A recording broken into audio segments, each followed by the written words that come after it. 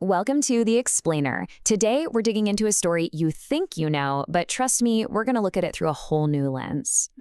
So, is this just a classic fairy tale, or is it something more? Like a masterclass in survival? We're going to see that it's absolutely the second one. This is basically a strategic playbook of deception, resourcefulness, and, in the end, triumph. All right, let's dive in. Okay, so our story kicks off right at home with a problem that's threatening the family's very existence. So, here's the crisis famine. There's just no food. And the stepmother comes up with this incredibly cruel plan. Let's just abandon the children in the woods. Now, their father objects, but he gives in. But here's where they make a huge mistake. They think no one's listening. Wrong. Hansel and Gretel overhear the whole thing, and that little bit of intel, that becomes their first real advantage. Now, instead of totally freaking out, which you would expect, right, Hansel just flips a switch and goes into full-on strategist mode. He calms his sister down, and then, in the middle of the night, he sneaks out to gather his secret weapon, these shiny white pebbles. So the next day, as they're being led deep into the forest, he puts his plan into action, dropping a trail that's literally going to be their lifeline. And you know what? Hansel's strategy works perfectly. Once they're left alone, they just wait for the moon to come up, and it lights up that pebble trail like a runway. They follow it all the way home, much to the fury of their stepmother. This first win shows just how resourceful they are under pressure. But yeah, this battle is far from over. The famine, of course, isn't getting any better. So the stepmother forces a second attempt to ditch the kids, but this time, there's a critical new obstacle. The stepmother gets smarter. This time, when Hansel tries to sneak out for more pebbles, he finds the door is locked. His original, proven strategy is completely neutralized. He's got to pivot, and fast, improvising with the only thing he has on him, that small piece of bread he was given. And this moment right here, it highlights such a crucial lesson in strategy. Your tools really matter. Think about it. The pebbles, they're permanent. They shine in the dark. They're the perfect tool for navigating the woods at night. But breadcrumbs? Well, they're temporary, and worse, they're food, so they're super vulnerable to the environment. Hansel's improvised plan has a fatal flaw, and it's about to cost them big time. And yep, that fatal flaw is their undoing. When they turn around to follow the trail home, it's gone. The birds of the forest have eaten every single crumb. Their strategy has failed, and this time they are well and truly lost.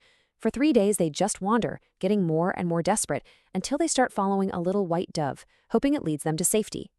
But what they find isn't exactly salvation. Nope, it's a brand new and honestly a far more sneaky danger, one that preys on their desperation. So in this clearing, they find something that seems way too good to be true. A little cottage made entirely of food.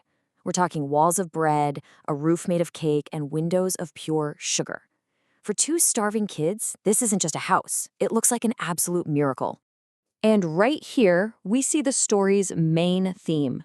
Deception really takes center stage. What looks like a sweet dream, a perfect answer to all their problems, is actually a very carefully constructed trap. As the children start nibbling on the house, an old woman comes out. She plays the part of a kind, sweet host just perfectly. She invites them in, gives them a huge meal, and puts them in these soft, warm beds. They fall for it completely, with no idea that their hostess is actually an evil witch who built this cottage for one single purpose: to lure, cook, and eat children. The very next morning, that beautiful dream turns into a total nightmare. Hansel gets locked in a cage to be fattened up, and Gretel is forced to become a slave. But even locked in a cage, Hansel's strategic mind is still ticking. He quickly spots his captor's weakness. Her eyesight is terrible. So, every time she comes to check his finger to see if he's fat enough to eat, he cleverly holds out a thin little bone instead. It's such a simple but brilliant act of counter-deception, and it buys them precious, precious time. And this little trick goes on for 4 long weeks. Hansel's bone trick works over and over, frustrating the witch more each day. But by that 4th week, her patience just snaps. Fat or thin, she decides she's waited long enough. And that decision sets the stage for the final epic confrontation. Now, the spotlight shifts to Gretel. Hansel's been the lead strategist up to this point, but it's Gretel who delivers the final checkmate. She senses the witch is planning to cook her next, and she immediately puts her own deceptive plan into motion, starting by playing dumb. So the witch tells Gretel to check the oven, but Gretel's response, it's just a simple piece of genius. She just says, "I don't know how." She literally weaponizes her own perceived helplessness. And of course, the impatient witch falls for it, hook, line, and sinker. She stomps over to demonstrate, and the second she leans in, bam, Gretel shoves her into the oven, slams that door shut, and ends the threat for good. So with the witch gone, the kids aren't just free, they're about to discover her hidden wealth. After freeing Hansel, they start exploring the cottage and, wow, they find the witch's hoard. Boxes just overflowing with pearls and precious stones. This treasure is the reward for all their courage and wit. They stuff their pockets and, with a little unexpected help from a white duck, they finally start their journey home. When they finally make it home, they find their father is all alone. Their cruel stepmother has died.